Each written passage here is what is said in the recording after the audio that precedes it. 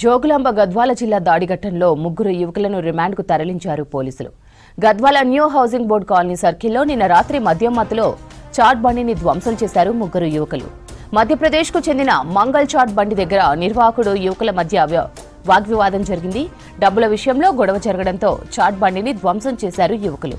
ఘటనా స్థలానికి చేరుకున్నారు పోలీసులు. ఇక బాధితుడి ఫిర్యాదుతో నిందితుల్ని అరెస్టు చేసి రిమాండ్కు తరలించారు. అమాయకులపై దాడులకు పాల్పడితే కఠిన చర్య తీసుకుంటామని హెచ్చరించారు పోలీసులు.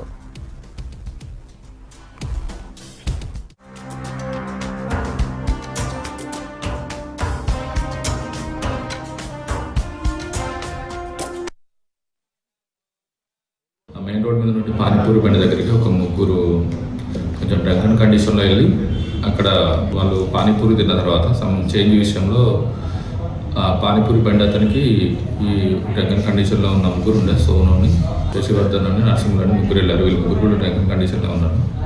అతనికి వీళ్ళు ఇచ్చే చేంజ్ విషయంలో చిన్న డిస్కషన్ జరిగింది.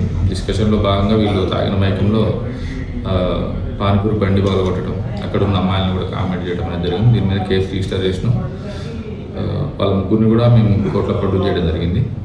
బట్ ఇది ఒక గ్యాంగ్ వార్ లాగా ఏదో సీసీ యూత్ అని చెప్తున్నాం. బట్ సీసీ యూత్కి ఈ జరిగిన పర్సనల్ ఇష్యూకి సంబంధం లేదు. సీసీ యూత్ అనేది సపరేట్ ఇష్యూ, అది ఇష్యూ జరిగింది. ప్రజెంట్ సీసీ యూత్ అనేది కూడా ఎక్కడ లేదు. గ్రూప్ కూడా డిలీట్ చేయడం జరిగింది.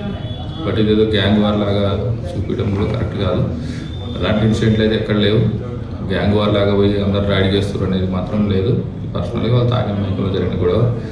ఈ గొడవ మీద కూడా పోలీస్ ఇమీడియట్లీ యాక్షన్ తీసుకున్నాం. అలాంటి ఇక్కడ మీకు ఏమైనా సమాచారం ఉంటే మాత్రం పోలీస్